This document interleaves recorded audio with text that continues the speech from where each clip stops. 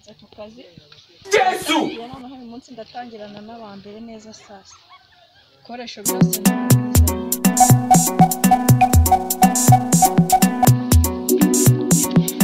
yego karibukira ibiciro bya toilette ni gute ibiciro ku abantu bose barabona uko bari hano ufite ijana arajya muri toilette. It was at this moment that he knew. Barwaye umugongo n'abasilamu bafata ikihe ntacyo nakoresha pH. Okay, ntacyo nyaro kugereyo nacyo murakoze.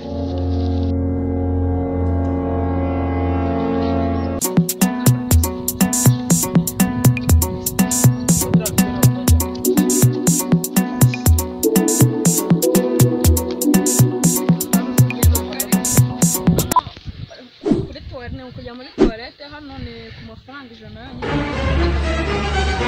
hano naho n'amazi ku basilamu n'abarwaye umugongo nawe urabyumva nyine. No.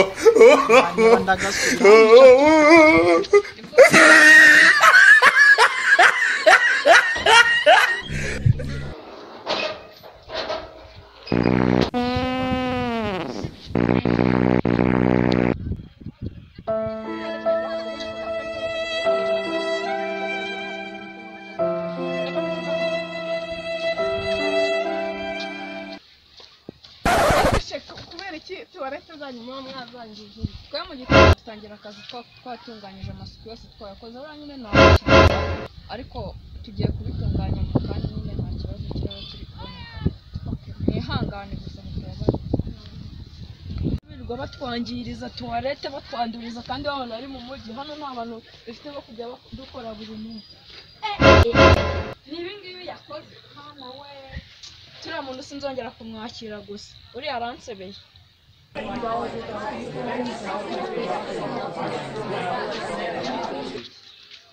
Mwana unautinde sindo abaye wipoye mwana tukaba twibere ku kanwa mari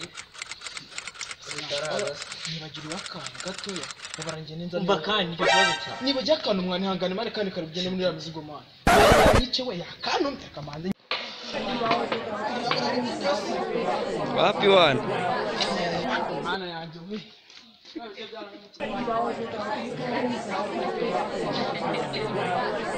ngiye kumwituniramo none hari amatubo uragarutse se noneho umva uyu munsi none nakubera umukiriya wabonye ko inshuro nyinshi nazi hano rwose umunsi wanga abantu inshuro zose wasiga unyangirije ari hejuru yayo wanereye nta ihangane nese sinaguhaye amafaranga menshi inshuro ya mbere naje ngwijana inshuro ya kabiri ndaza ngwijana nakoragishaga ibyatsi bike No.